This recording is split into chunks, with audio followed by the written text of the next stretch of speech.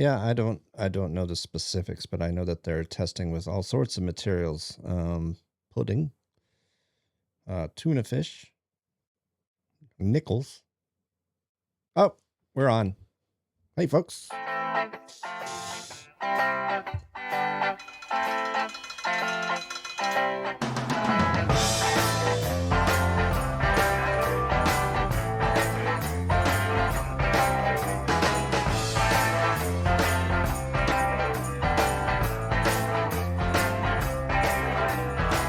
I am the passenger. Josephine County Republicans, February the 2nd, 2026.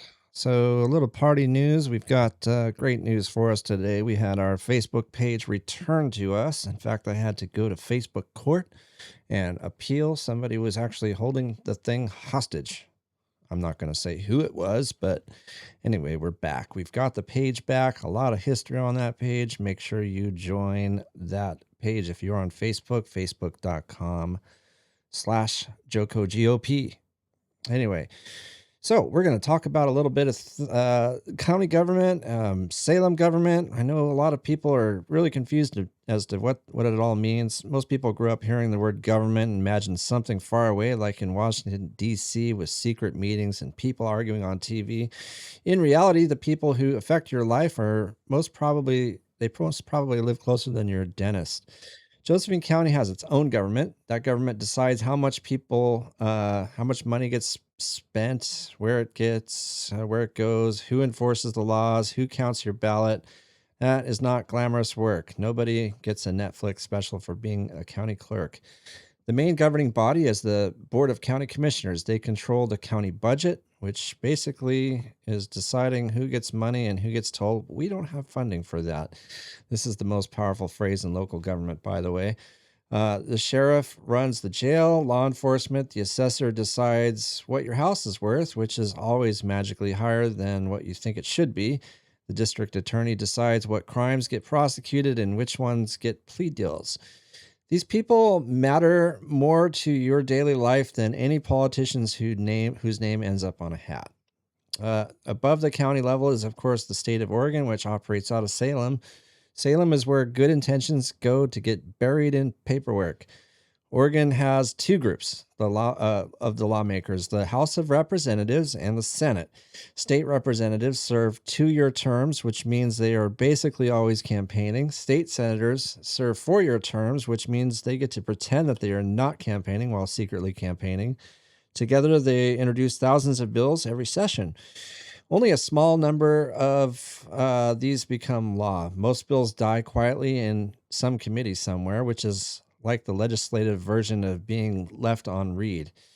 Committees are the actual where the laws actually live or die. A committee is just a small group of politicians sitting around a table pretending they read the same report.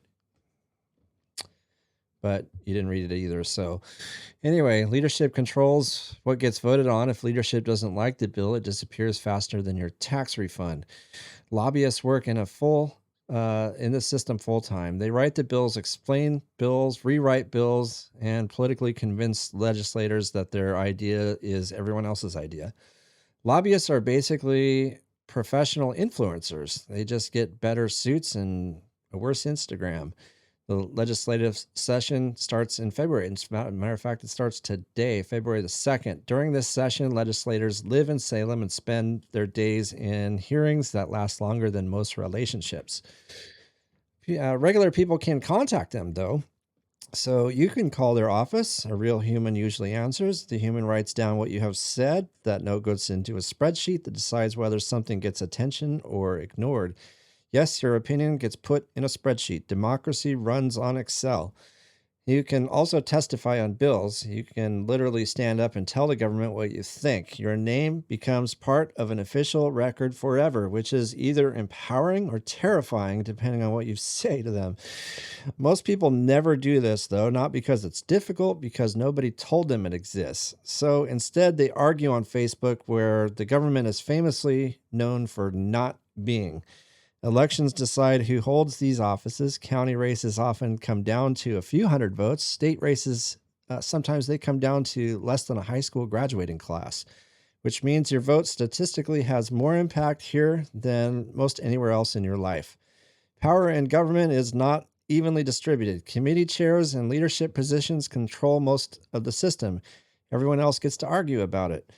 Most decisions happen in rooms with no cameras, no reporters, no audience. The only people watching are the ones who showed up on purpose.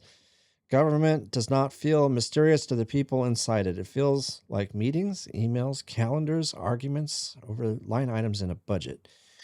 The system runs the same way whether 10 people participate or 10,000 people participate. The only difference is who gets ignored.